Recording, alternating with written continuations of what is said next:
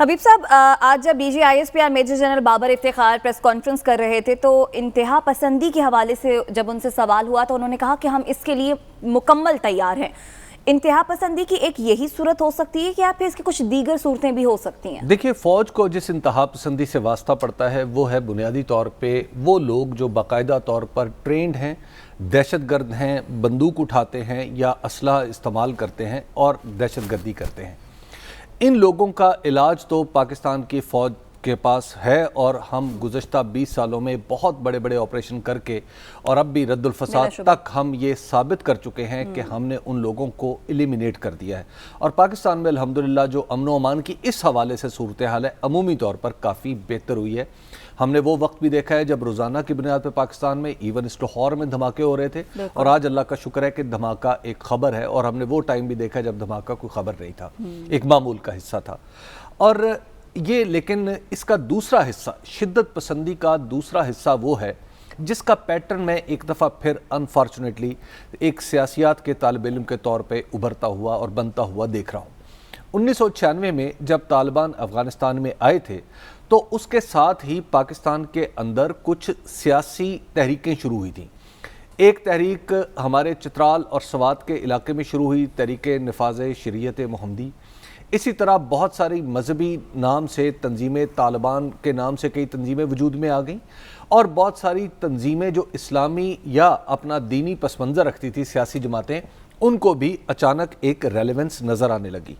اور وہی ریلیونس جو ابتدا میں یہ خیال تھا کہ طالبان جیسا نظام پاکستان میں ریپلیکیٹ کیا جائے، اور پھر وہ خیال جو تھا وہ ایک سیاسی تحریک کی صورت میں بنا۔ جب اس سیاسی تحریک کو عوام میں پذیرائی نہ ملی تو پھر وہ انتہا پسندی کی طرف چلا گیا، اور اس کے نتیجے میں پورے پاکستان کے اندر چھوٹے چھوٹے گروپ وجود میں آ گئے جو دراصل اس نظریاتی بنیاد سے شروع ہوئے تھے، اور آخر کار انہوں نے بندوق اٹھا لی اور لوگوں کو انڈسکریمنیٹلی وہ قتل کرنے لگے۔ اور آپ کو یہ بھی یاد ہوگا کہ جب طالبان وہاں پہ آئے اور پھر بعد میں ہٹے یعنی انٹرنیشنل انٹرونشن سے، تو اس کے نتیجے میں ہمارے ہاں خاص طور پر بلوچستان میں اور خیبر پختونخوا میں سیاسی جماعتیں جنہوں نے جو طالبان سے خود کو ریلیٹ کرتی تھی، ان کو وہاں پہ پذیرائی بھی ملی، اور بعض لوگ کہتے ہیں کہ انہیں سیٹیں دی گئیں۔ تو لہٰذا اب پھر میں دیکھ رہا ہوں کہ وہی پیٹرن دوبارہ بنتا ہوا نظر آ رہا ہے۔ ہمیں اس کے لیے جہاں اپنی پرانی غلطیوں کو نہیں دہرانا، وہاں پہ اس کے ساتھ ساتھ ہمیں یہ بھی سوچنا ہے کہ ہم ایک پولیٹیکل کنسنسس بھی پیدا کریں۔ جی حبیب صاحب، یہ جو مبارکبادیں بھیجنے کا سلسلہ جاری ہے نا، یہ ہزیمت، یہ وہ خاک و خون میں لوٹ گئے اور یہ ہم نے دھول چٹوا دی، میرا خیال ہے کہ ہمیں اس جو یہ بیانیہ بن رہا ہے، بعض لوگ جس کو بنا رہے ہیں، ہمیں ان سے بات کرنی چاہیے اور سب کو بیٹھنا چاہیے، اور عمران خان صاحب کو اس میں لیڈ لینی چاہیے کہ انٹرنلی ہمیں کہیں ایسا نہ ہو کہ ہم دوبارہ وہ تلخ تجربات کا شکار ہوں۔ ساتھ صاحب آپ کی جانب آؤں گی، 2 دہائیوں سے افغانستان میں جو صورتحال رہی، پاکستان اس سے متاثر ہوتا رہا۔ اب طالبان کا افغانستان میں کنٹرول ہے، آنے والے کچھ عرصے میں حکومت بھی بنا لیں گے۔ یہ بتائیے گا کہ امن قائم رکھنا افغانستان میں طالبان کے لیے کتنا بڑا چیلنج ہو سکتا ہے؟ داعش جیسی اور بھی وہاں پر بہت سی ایسی تنظیمیں ہیں جو کوئی نہ کوئی نقصان پہنچا سکتی ہیں۔ بالکل، نہ صرف کہ اس طرح کی تنظیمیں موجود ہیں جو کہ نقصان پہنچا سکتی ہیں، بلکہ انٹرنیشنل سٹیک ہولڈرز کی اس میں بہت سی انوالومنٹ ہو سکتی ہے جو کہ کوورٹ ہو، یعنی خفیہ ہو، جس کا کہ طالبان کو آنے والے دنوں میں بڑا ڈٹ کے اور بڑی سیریسلی مقابلہ کرنا پڑے گا۔ لیکن جو حبیب صاحب نے بھی بات کی، میں اس سے تھوڑا سا ڈس ایگری کرتا ہوں۔ 90 کی دہائی کا پاکستان اور 2021 کے پاکستان میں بہت بڑا فرق ہے۔ 90 کی دہائی کے پاکستان کا ایک رومانس تھا مجاہدین کے ساتھ، ایک طالبان کے ساتھ، ایک اس آئیڈیالوجی کے ساتھ رومانس تھا، کیونکہ پاکستان نے 80 کی دہائی کے اندر ان کے ساتھ مل کے رشین فورسز کو یہاں پہ ڈیفیٹ کیا تھا۔ لیکن اس کے بعد آج کل کا جو پاکستان ہے، اس نے پچھلے 20 سال کا عرصہ دیکھا ہے، جس میں APS پشاور سے لے کے روز کی، جس طرح حبیب صاحب نے درست نشاندہی کی، وہ علمدار روڈ کوئٹہ کے اندر ہو، یا مہران بیس کراچی کے اندر ہو، یا لاہور کی سڑکیں ہوں، یا پشاور کی سڑکیں سڑکیں ہوں. پاکستان نے بڑی بڑی قربانیاں دی ہیں, یہاں پہ بڑا خون بہا ہے.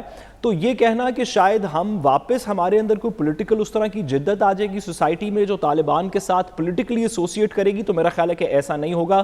پاکستان کی 2021 کی عوام, یہاں کا ووٹر, یہاں کی پولیٹیکل فلسفی وہ نہیں ہے جو 1990s کی تھی. لیکن جہاں پہ پاکستان کے لیے رسک ہے اور میرا خیال ہے کہ فورسیبلی کچھ دیر تک رہے گا, وہ ان لوگوں کا کم ہے جو شاید طالبان افغانستان سے انفلٹریٹ کر کے پاکستان میں آ رہے ہوں, یا ایران کے بارڈر سے آ رہے ہوں, یا کہیں اور سے آ رہے ہوں. بلکہ زیادہ ہمارا سیکیورٹی رسک ان لوگوں کا ہے جو پاکستان میں آلریڈی سلیپر سیلز موجود ہیں.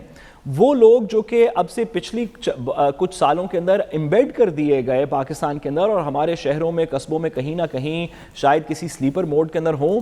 ہاں, وہ لوگ کارروائی کرنے کی کوشش کریں گے, ان کا بارڈر کراسنگ سے کوئی تعلق نہیں ہے, ان کی فائنانسنگ اور دیگر چیزیں ہماری دشمن ممالک اور ایجنسیز ان کو فنڈ کرتی ہیں, ہم یہ اس بات میں تو کوئی دو رائے نہیں.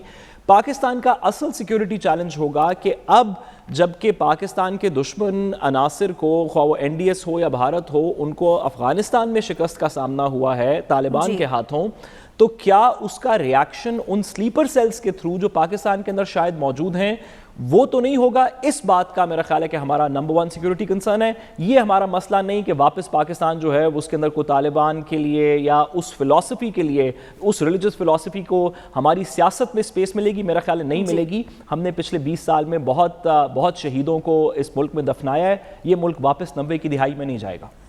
بریک کی جانب بڑھیں جی. بریک کے بعد بات کریں گے ججز, وائس گریڈ کے افسران, سول سرونٹس کو جو قرآن اندازی کے ذریعے پلاٹس کی الاٹمنٹ ہوتی تھی, اس کیس پر اسلام آباد ہائی کورٹ کا بڑا فیصلہ ہے. اس پر بات ہوگی, ہمارے ساتھ رہیے گا.